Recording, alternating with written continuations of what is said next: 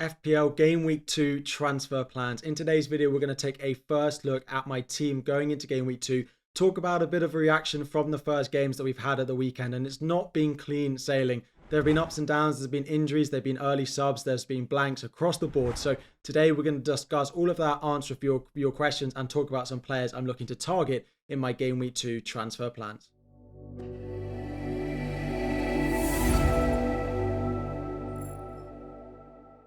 What is up, everyone? FPL Harry here. Before we dive in, 1,000 likes is the aim. Subscribe if you're new around here. And FPL is officially up and running. We have one game left to go in Game Week 1, which is, of course, Spurs versus Leicester on Monday evening. But what we're going to do now is have a look at some transfer plans, talk about my team after Game Week 1, talk about how I'm feeling about it going into the upcoming weeks. We'll also, there's going to be a lot of rolled transfers in Game Week 2. It is the best week of the season probably to roll a transfer. So I'm going to be answering a few of your questions in this video as well. That's going to be a new segment that we didn't do last year that we're going to add every single week into this video as well. So if you find this useful, please do subscribe and welcome to the channel if you are new around here. So having a look at my team for Game Week 2 as things stand at the moment. Henderson comes in goal. Of course, he did concede twice to Brentford. Not the best start, but I spoke a lot about how I don't love goalkeepers. So he will just stay in. I'm not knee-jerking a goalkeeper after just 1 week. We've then got Robinson, Trent, and Pedro Porro, and it does actually mean I'm benching Gabriel away at Aston Villa. As much as I might want to play Gabriel, and there is a chance I actually play him over one of my midfielders going into Game Week 2, I just don't think I can bench any of Robinson, Trent, and Porro. Yes, of course, if something happens to Porro on Monday night, then potentially that might change my decision-making. But given they all have really solid fixtures and are all three at home and have attacking threat and have good clean sheet potential, let me know if you disagree, but I don't think Gabriel gets into my defence. He'll, of course, come back in Game Week 3 when they have a nice fixture. And that's actually part of the reason I didn't go for Gvardiol or Manchester City. He was good again today for Manchester City, and I think he'll be a good asset at 6 million. But if I'd have gone Gvardiol instead of Gabriel, I would have absolutely no way of getting him into my team. I'd be looking at a bench boost or benching Saka or potentially another one of my midfielders who we'll talk about, who definitely disappointed in Game Week 1. But defensively, I'm pretty certain there'll be no transfers to be used there. Interesting just to note that Johnson on the bench didn't start for Ipswich. I fully think that's just because of their fixture they had in Game Week 1, of course, against Liverpool. Once they get an easier run of games when I might actually want to use him, he will be back in that starting 11. I'm pretty sure of that. Rodgers also on my bench. He does have Arsenal in Game Week 2, so no chance I start him, but very happy I went with him in Game Week 1 and banked the 0.5 because I was really impressed with him. Playing very far forward in the 10, played a lot of minutes as well, so that early sub wasn't there for him.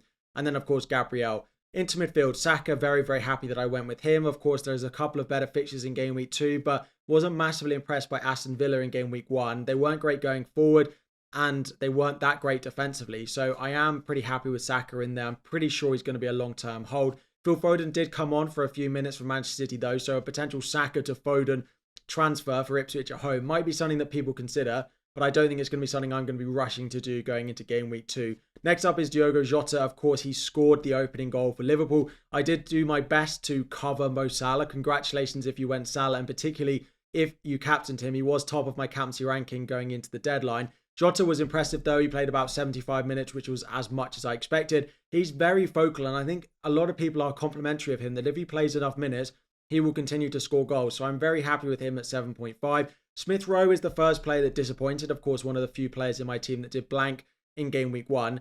He did only play 65 minutes, which is less than I thought he would, given he played 80 in the final preseason game. However, they do have a much better run of fixtures. That Game Week 1 fixture was never the reason I bought him, and there's no way I'm selling him before he plays Leicester at home and Ipswich away. If he blanks in both of those two, then yes, going into Game Week 4, I will be looking at a potential transfer for Smith Rowe, but I'm definitely keeping him for the next two. Probably the biggest disappointment for me at all in Game Week 1 so far is Nkunku of Chelsea. Chelsea looked horrible, so the reason this video is slightly later than normal is I am a Chelsea fan, I was at the game, and I don't think we played well at all. He wasn't involved, not many Chelsea players were involved. How we created 1.4 XG in that game, apparently, I don't quite know where those chances are. The early sub particularly was what was really concerning, on top of the performance, that players like Enzo and Palmer and, Jackson got more minutes to him. It is a little bit of a concern when Pedro Neto has been signed and plays in a very similar role to him. It is not what I expected at all going into the start of the season, and I thought we'd put up more of a fight against Manchester City in Game Week 1. The early sub plus the little bits of quotes does make me doubt a little bit. Now, we were playing Manchester City, who just controlled that game like nothing I've seen before. They do look fantastic. So I am inclined just to give him a little bit more of a go in an easier fixture like Wolves away and then Crystal Palace in the next two. But he's definitely the player that I'm looking at. And of course, I've got 0.5 in the bank. So I'm not just comparing him to other 6.5s. I do have 0.5 spare that I could go up to a £7 million midfielder, of course, in the likes of Eze and Mbeumo, who we'll talk about in a moment. So Smith Rowe is one I'm keeping an eye on, but he's a 5.5 million mid, right? And then we've got Nkunku, who's definitely one I'm having to look at. Now, this is just, of course, a quick roundup. Normally, what we're going to do in these videos is we're going to put them into 4 categories for you, and you can track as things go on.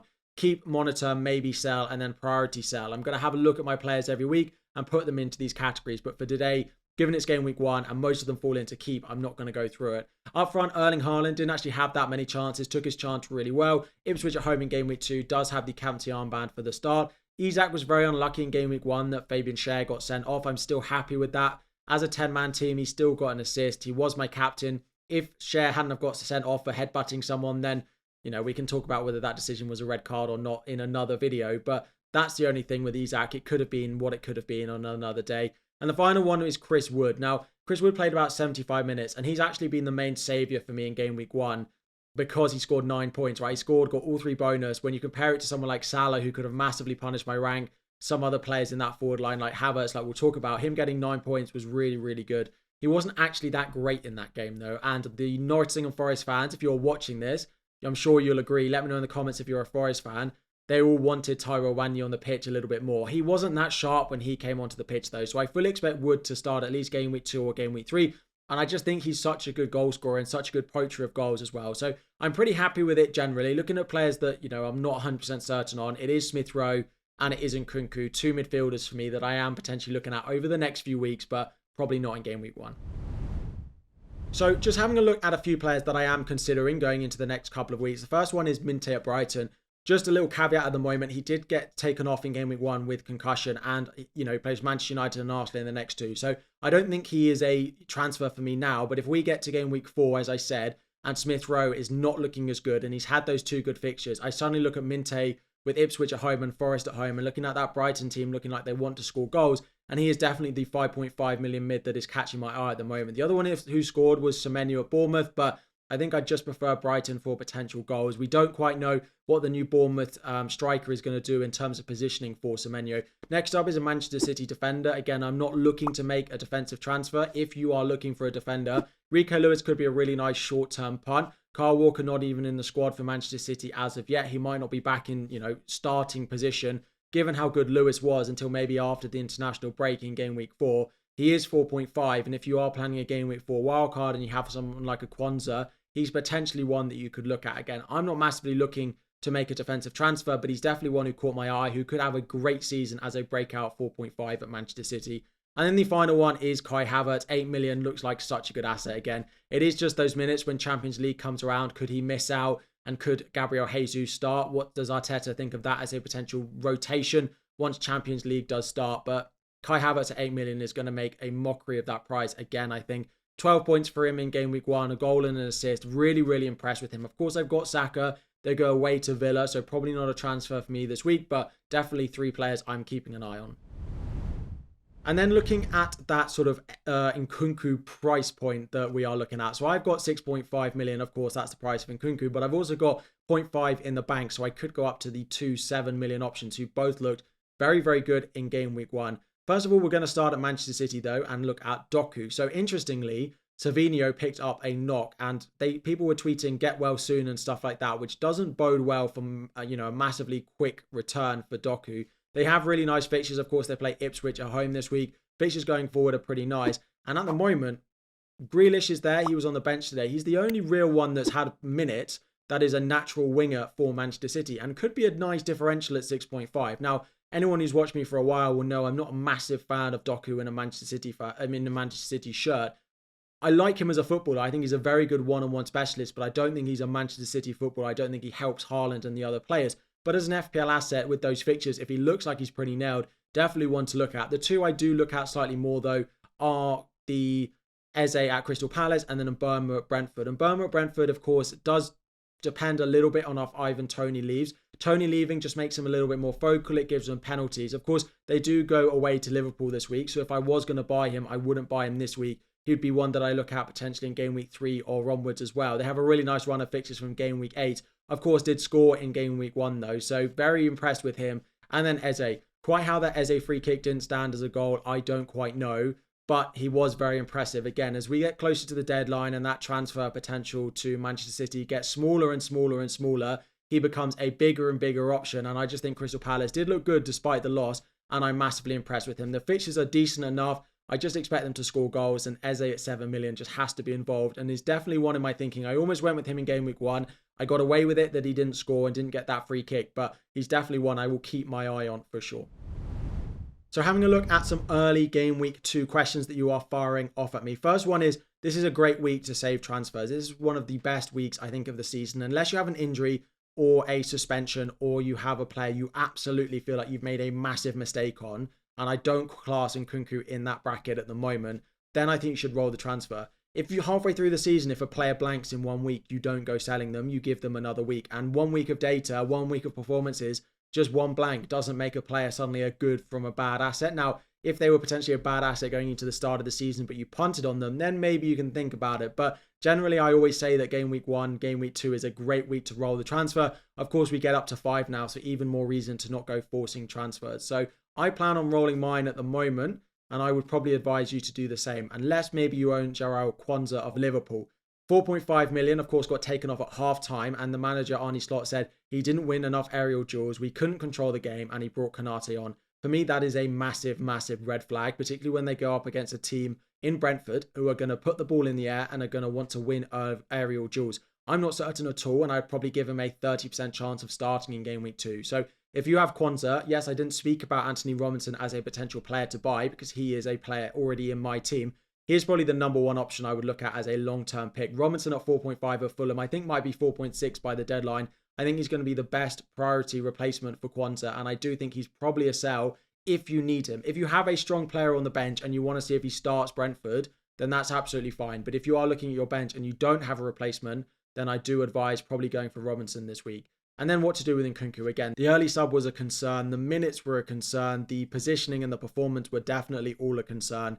If you really saw that and you absolutely hate it and you tell me you've sold him for someone like an Eze or a Doku and you want to punt that Ipswich at home, I can understand it completely. I probably fall on the camp where I want to give him 1 more week just because those Chelsea fixtures from game week 2 to 7-8 look really nice, but it's definitely not what I expected and it was very concerning. So just going back to my team for game week 1, at the moment I do plan on rolling my transfer. I'm about 80% certain I'll roll my transfer in this. Again, even if Pedro Porro gets sent off or injured, I just have Gabriel on the bench who I will likely sub in for him anyway. The only transfer that makes up that 20% is Nkunku to Eze, is probably the one that I look at. Doku has never massively done it. I would probably go with Eze, who's on penalties, set pieces. He's straight back in, and so is Mateta at Crystal Palace, and they, have a home fixture against West Ham this week. That's probably the only thing that I'm considering, but at the moment, I'm pretty happy with it, and I look like I will roll my transfer. Of course, I didn't get as many points. Let me know how you got on so far in game week 1. If you went with Mo Salah and you captained him, I'm sure you're in maybe 70 plus. Let me know in the comment section how many points you're on. I think I'm on mid-60s with Pedro Porro still to play. And luckily, I had Chris Wood, and luckily I had Saka and a few others that definitely kept me afloat going with no Salah. But I will need Haaland to turn up against Ipswich in game week 2 to hopefully make up for no Salah. Anyway, let me know what you got. Plan is to roll the transfer, I think, this week. Haaland is captain. Jota is currently the vice-captain. Again, just a nice fixture in there. Trent could also get the vice-captaincy, but Haaland captain, roll the transfer is the plan. Let me know any questions about your team, any potential early transfers. Of course, if you've just skipped to this bit, I have answered a few of your questions and spoken about a few players to buy in this video as well. So do jump back and have a listen to that if you haven't already. Thank you so much for watching. 1,000 likes is the aim. Subscribe if you are new around here, and I'll be back again very soon.